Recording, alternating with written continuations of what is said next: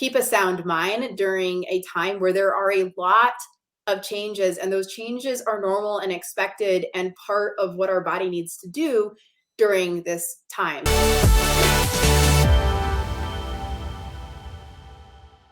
All right, this is a long time coming because I needed to get a podcast first, but I am so excited to have my friend Brianna Battles on the podcast.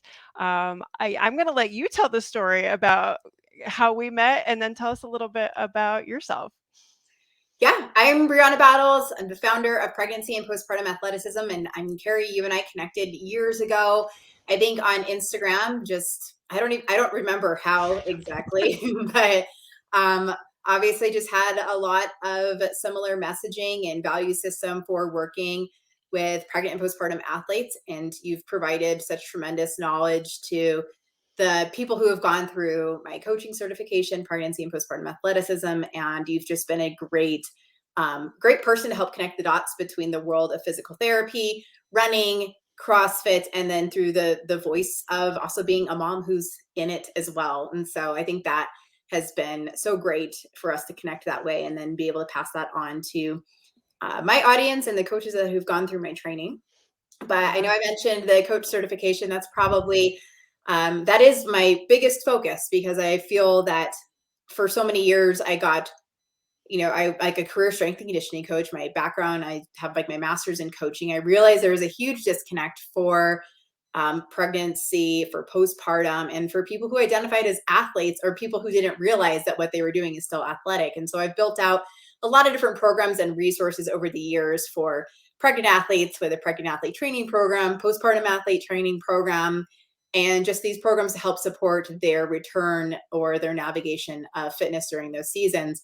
But the greatest impact, in my opinion, comes from when you can influence and educate a coach, because they have tremendous impact on so many different people within their community, both online and in person. And if we can educate one coach to know how to better support this population that is not even a special population, this is the majority of people that are pursuing fitness to some degree or another, in our gyms and our facilities and our coaching, then, that's where we can have true impact that will keep spreading. Turns out my hypothesis was right. And it's been a really crazy few years, but I'm very grateful for the trajectory that we've been on and for how that's gone, because we have coaches all over the world now that are doing work in their community. And that's just had such a positive top-down effect on this movement and shift in fitness culture that is pregnant and postpartum athletes. Yeah. And your boys are now how old? 8 and 4. Oh my goodness. Oh my God. And you're okay.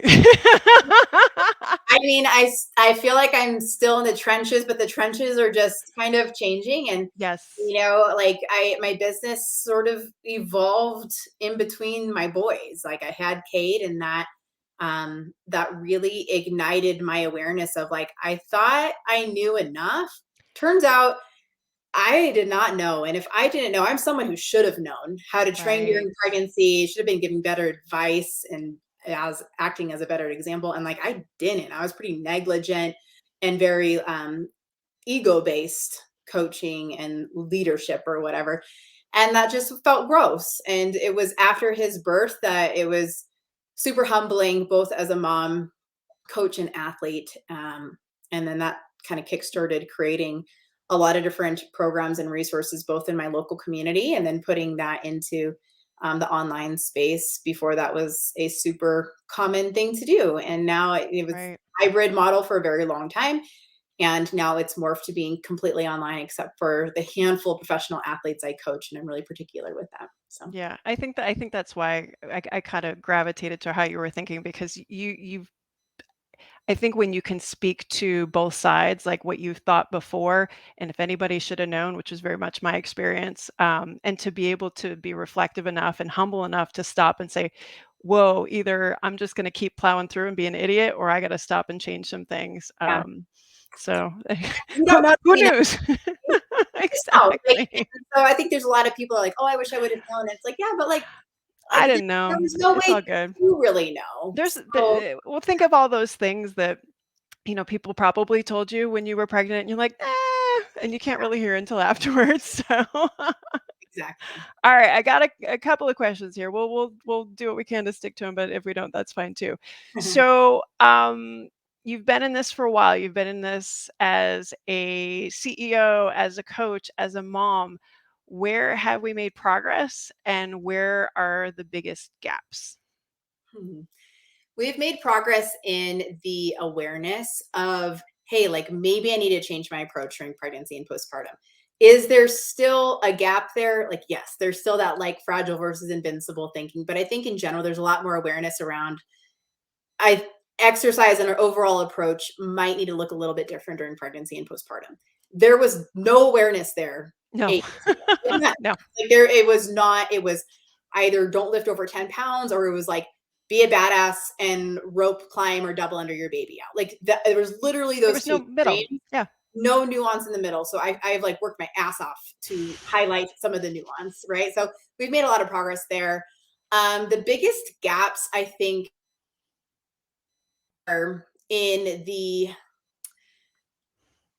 almost like the pendulum swing where we've almost become too fear mongering and too like too like hyper aware. Like there's so much fear around Right, basis. There's so much fear around certain things. So I think our intentions have been really good to create awareness, but also like again, we cannot get on this pendulum swing of creating this hyper awareness and hyper fear and paranoia of, oh my God, like my abs are changing and like this is happening, or I felt this, like is that normal?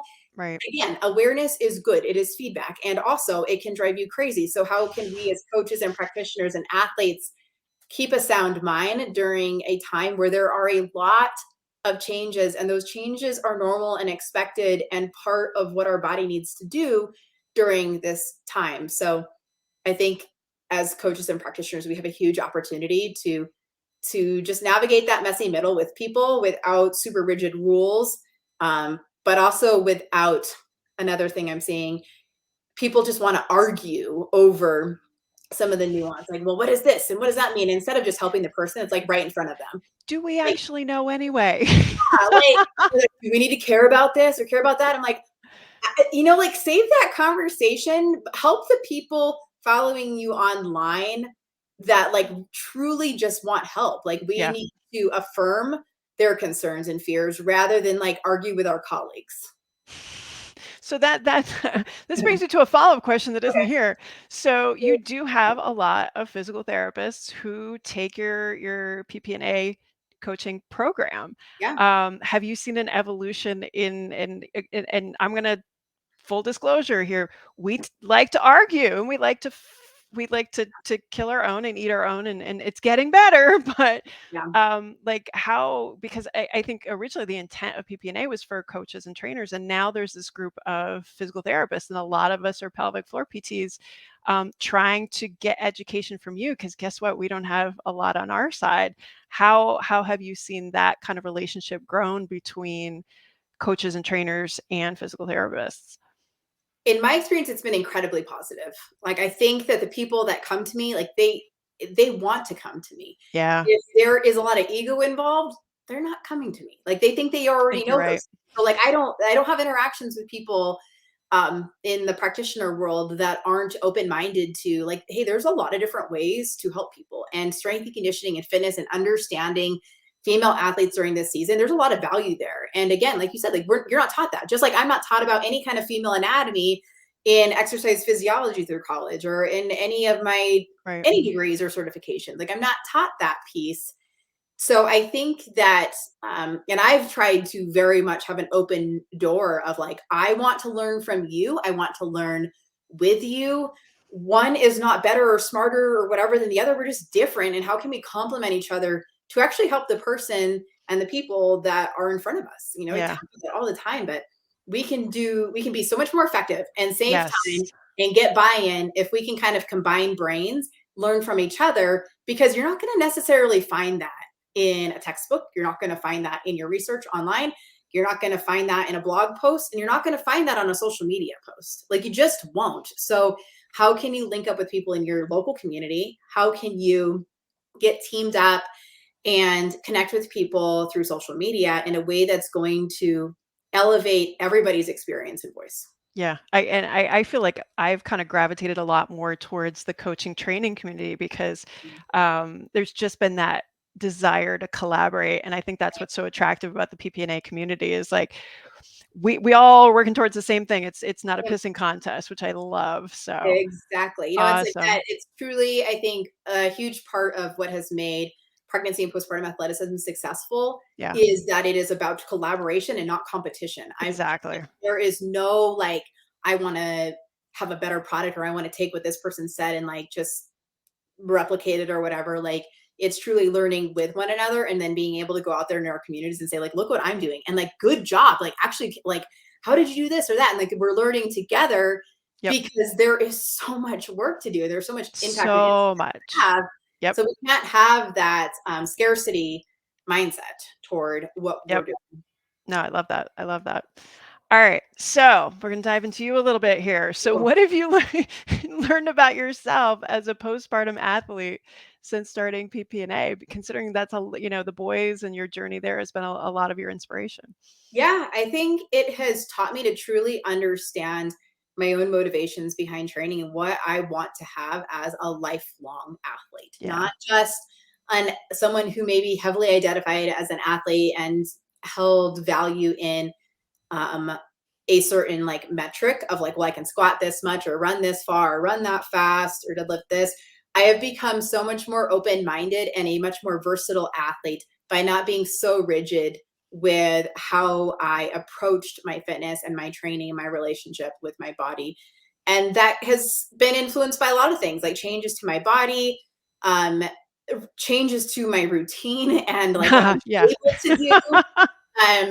Like I just my time has to look different. And then when growing a business and scaling it to the point that I've scaled it to, it's like I can't be in the gym for 2 hours. But how can I make sure that I'm still training in a way that makes me feel good mentally, it makes me feel good physically, and am I learning new things? And I think there's so much value when we are raising our kids, and so many people that identify as like athlete moms are more than likely going to have their own kids in sports. And for me, I've noticed that I want to make sure that my kids grow up seeing me have a really positive relationship with exercise where it's something I want Yeah. to do, not something I have to do, where I'm open minded to trying new things. And it's like, okay, if I'm not good, and it's okay that like I'm learning something new. If like, for example, I started jujitsu almost 2 years ago, maybe like a year and a half ago.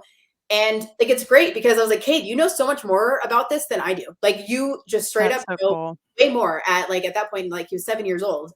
But for him to see me go in and be totally new, totally out of my like zone of movement, I just don't move like that and I don't think like that. But that willingness to To just try. just try and Yeah. to like take the ego out of being an athlete, because I think that is a huge piece of being athletic is like there's an ego attached to what you do, how you do it, maybe the byproducts of that kind of level of commitment. And to have that broadened approach to what being an athlete and a lifelong athlete looks like is Yeah. it's really empowering. And I hope that people who are in their season of pregnancy and postpartum know that where you're at right now is not where you're going to be forever. And there's so much life ahead of you with what you can do as an athlete. I'm a better athlete now in my mid 30s than I was in my mid 20s. And it's because of the relationship I have with what that actually looks like and my approach to it. Yeah. And your mom was pretty active, or she is be active too, right? So that's got to be But she cool. didn't. What's crazy though is like, just for a very quick backstory, like she worked 3 jobs to take care of my sister and I as a single mom. She did not Yeah. go near fitness or anything until Desiree and I were in college, until we were out of Yeah. the house. And then so at 52, 3, somewhere around there, Yeah. she decided like that she was gonna start like getting like she did like a little mini triathlon and like, ooh, that was cool. And then like when I was doing CrossFit, like way back in the day, she was like, oh, maybe I could try that. I was like, yeah, you totally should try that. It'd be really great for your bones and all of this stuff. But Yeah. she was too intimidated to even call or try out a CrossFit. So I had to call local CrossFits and say, hey, who's willing to take care of my mom? She's, she's Oh, an athlete, technically. She's in yeah. her 50s. She's never touched a barbell. who's willing to take care of her?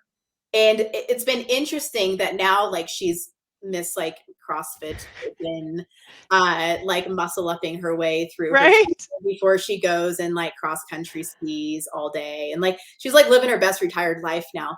But she found fitness and being an athlete in a very late stage, like Yeah. post-menopausal, I guess, probably. So I My don't know. mom was the same way. But, Yeah. she didn't have an opportunity to incorporate fitness into her life, and she wishes she would have. She wishes she could have, but we can't spend our time wishing away like what we really didn't have as much control of back then. So now she's 63, and Mhm. like, yeah, she's just the most active person I Yeah. know, hands down. And so I think all of that to be said is it's just never too late Right.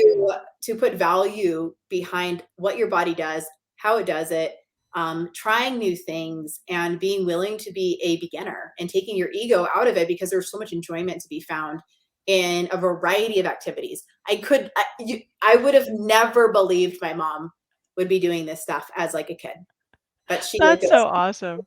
I'm hiking all the time. Yeah. Not just like a couple mile hike. Like she wants to do like a 7 mile hike with me later this week. And I was like, Mom, I don't have time for that. Like I can't just like go hike 7 miles on a Wednesday. Like I You need work to get retired. also that. I'm like, so much time. Like I can't do that. Yeah. But she's in a season of life where she can, and she is loving it. Well, that's why I feel like and we're, we're a little bit of an age apart, but, um, I feel like we're kind of watching this evolution before our very eyes. I mean, my parents, the reason they started working out was because they couldn't find me on the cross country course or on the Nordic course, and so they learned to ski and they learned to run.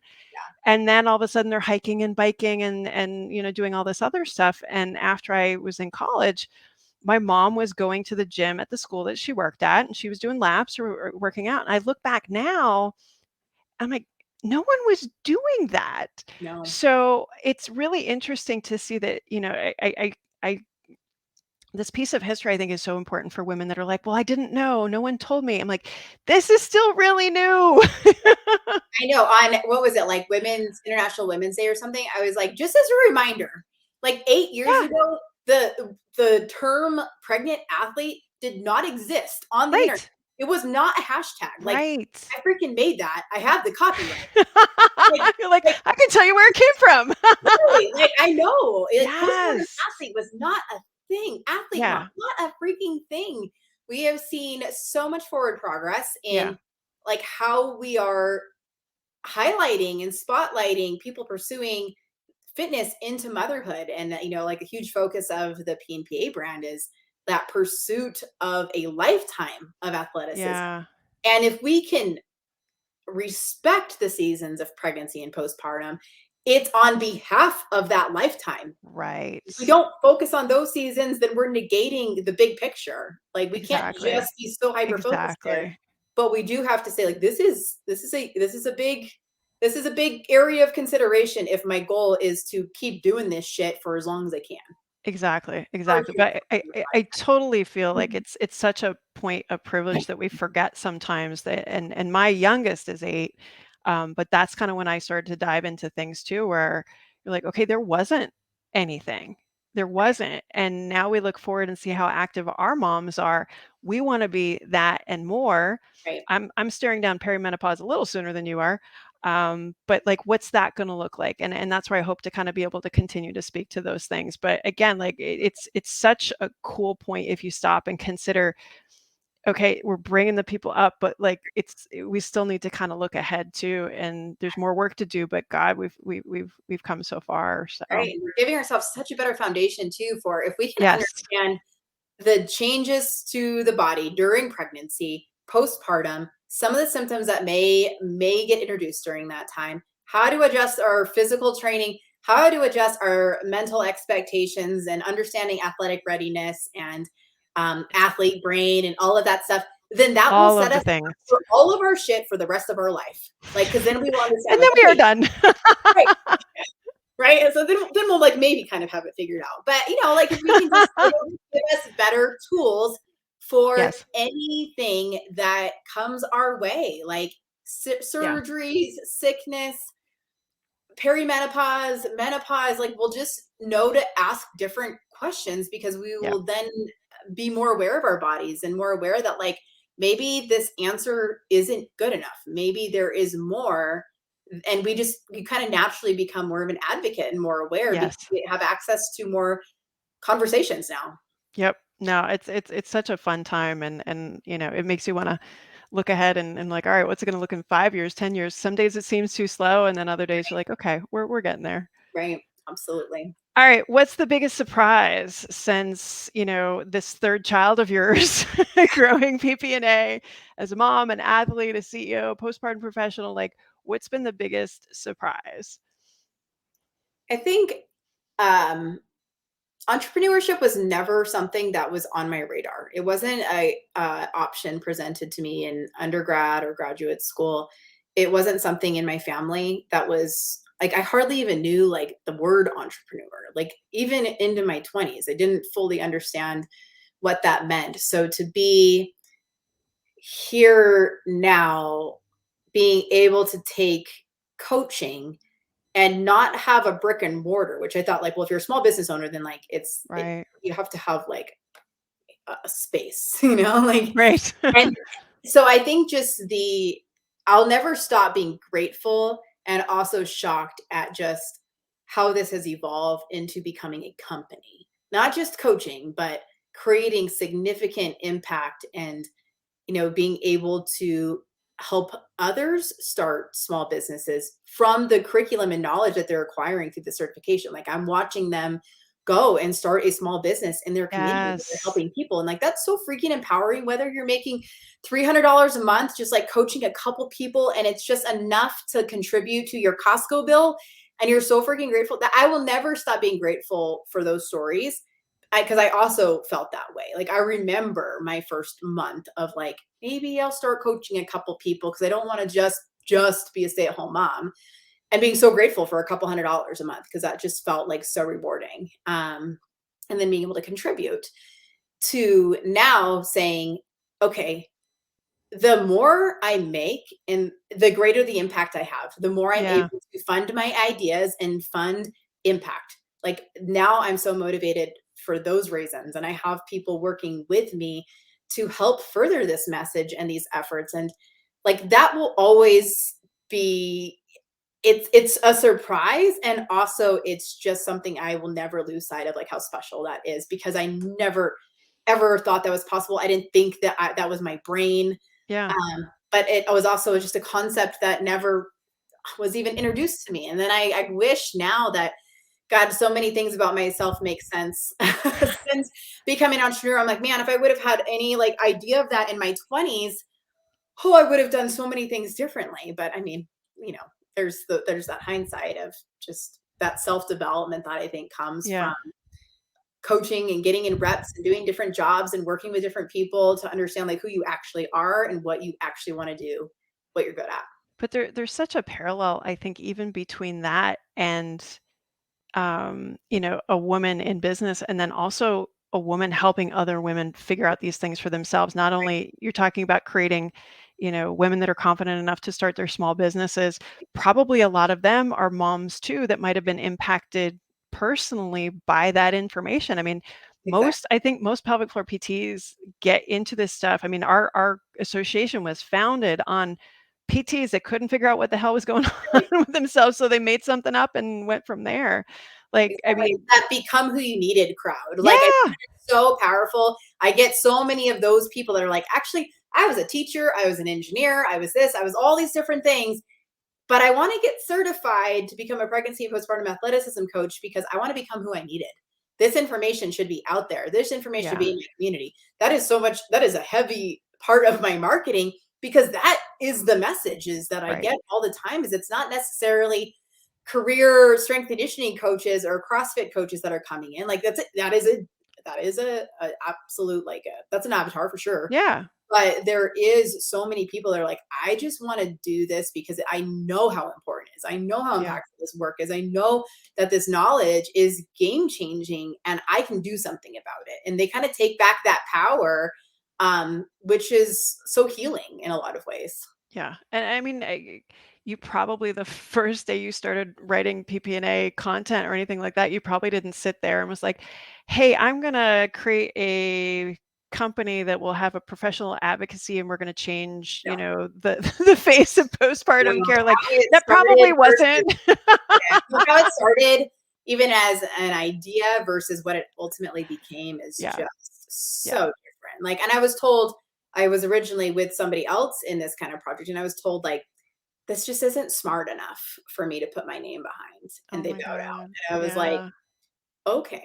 So like my Enneagram 8 was like, hold my beer. Like I Ah, this is going yes. to be like you just sit and you watch what I do with this, and it's been so gratifying. So Yeah, like, I mean, I'm not like totally motivated by that, but at the same time, like I knew that this was valuable because I'm like, I am someone who is educated, who should know. I'm a good athlete. And I right. knew nothing. And if I didn't know anything, like I Yeah. know that this is going to be valuable information for a variety of coaches and practitioners and trainers. And I'm going to go on, I'm going to put it out there to have at least tried. Like I was so Yeah. at peace with like I had to finish that course before Chance was born. I was extremely pregnant I during the remember. entire creation of that course. And I knew I had this deadline. I was like, I need to launch this before I have a baby. And so I just put like all of my creative focus into that. And I knew that if nothing else, I have tried to create something that is an effort towards educating my peers. Yeah. But I had no expectations. Yep. I had none. I didn't even have an email list. I literally posted on Facebook and I was like, I made a thing.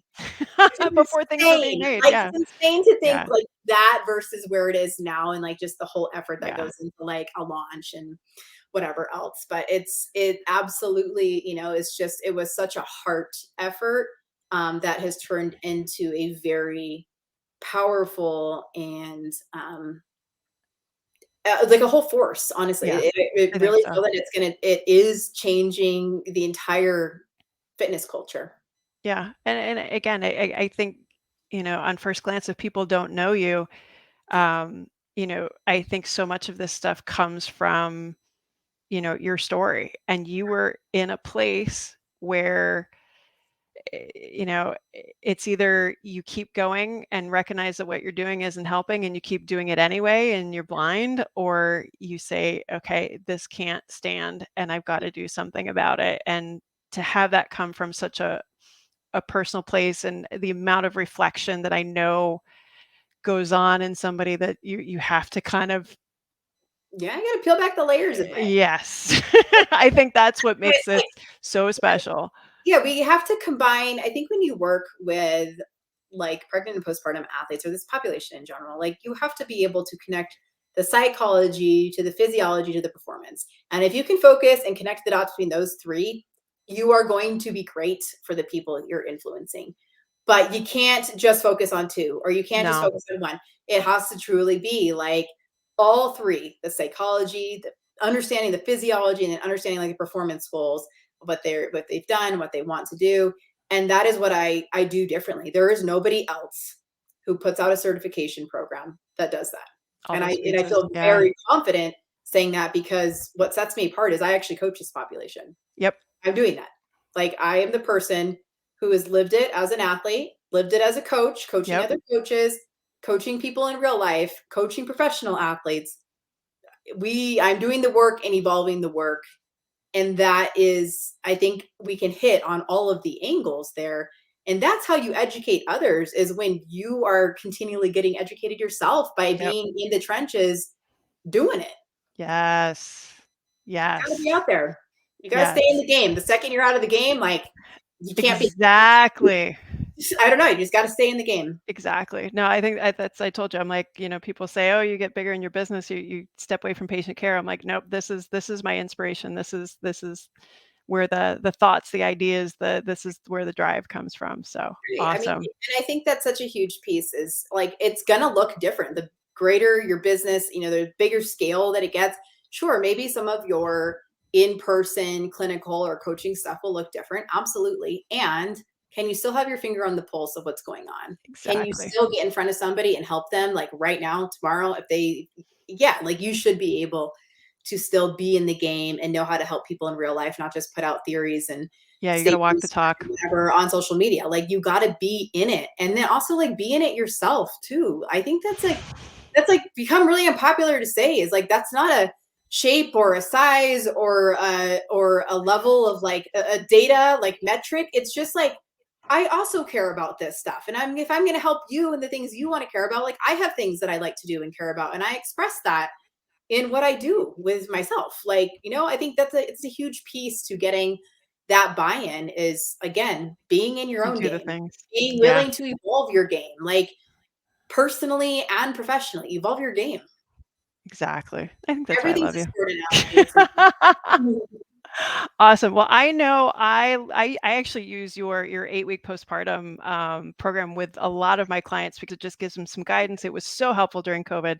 It's such it combines really nicely with a lot of the stuff that I do. You've Yeah. got some other programs and a launch coming up. Why don't you share a little bit more about that? So if you are a pregnant or postpartum athlete, you're looking for a program to follow during those seasons, I have a 36-week pregnant athlete training program. You can check that out, and also an 8-week postpartum athlete training program. So those are the ones that really fuel the tell me what to do so I don't have to second guess my stuff. And I still want to be like athletic. I want a trustworthy strength conditioning program. Like it's there. Follow those things and you will get all of that second guessing removed. And if you are a coaching professional, a practitioner, or you want to become who you needed crowd and maybe pivot or just learn in general for yourself, be sure to get on the wait list for my coaching certification, pregnancy and postpartum athleticism. And that is at briannabattles.com/waitlist. And depending on when this comes out, I don't remember what you told me. I know you told me, but It's if before your launch. okay, before launch. So you get on the wait list there, and then we are launching in April. So just know that that is on the horizon, and enrollment for that will open. It'll be on sale at a discount, and it really is a course that teaches you how to take a lot of the theories in the pre and postnatal population and apply it to real life fitness goals and interests, and being able to support the whole person, the whole athlete, so that they can pursue that lifetime of athleticism. And it's just a um, very thorough curriculum and an extremely supportive network and community that continually gives back to one another. And I'm really Absolutely. proud of the culture that's been created there. Yeah, no, it's an awesome program. The community is amazing. I am always a fan when I meet PPNA coaches or Mhm. when I have people ask me, do I want XYZ program or PPNA? I always say PPNA because it hits all the things. And again, I just love the mission that you have. So thank you so much for being on my podcast. I've been able to be on yours a bunch of times. I'm so happy that you were able to be on mine. And again, check out Brie on briannabattles.com. And also she's on Instagram at brianna.battles. Thanks so much. And good luck with the Thanks. next phase of whatever comes. All All the things. right. Thanks.